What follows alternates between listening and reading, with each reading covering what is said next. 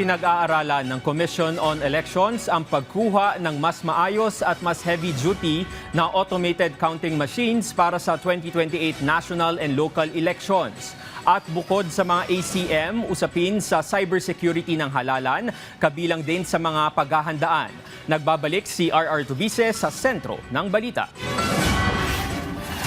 Mas maagang paghahanda, mas bukas sa publiko at mas matinding pagtutok sa cybersecurity. Ito ang ilan sa pangunahing tampok sa Draft Terms of Reference o TOR ng COMELEC para sa 2028 national at local elections. Lahat po ng stakeholders na naandito ay pwede namin bigyan ng kopya ng aming pong Terms of Reference at bibigyan namin sila ng 2 linggo upang magawa at magbigay ng suggestion at hindi po kami magpa-finalize hanggat naandyan yung kanilang mga suggestion para matalakay po natin. Sa ilalim ng draft TOR, pinag-aaralan ang paggamit ng mas matibay at mas maayos na automated counting machines.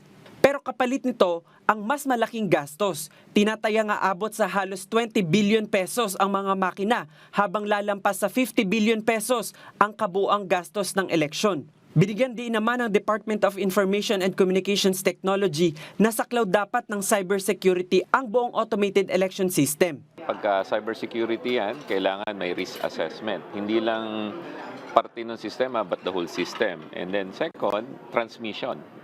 Si DICT naman, alam niyo na, nakikipag-usap kami with the telcos, with all the social media platform, and we've been working closely with our cybersecurity community na as one community tayo na proprotektahan yung elections. Kasama rin sa pinaghahandaan ng DICT ang paglaban sa deepfakes, fake news at disinformation sa panahon ng kampanya. Target ng COMELEC na simulan ang procurement para sa transmission at overseas voting sa Hulyo, habang posibleng magsimula sa Agosto o Setyembre ang para sa mga makina.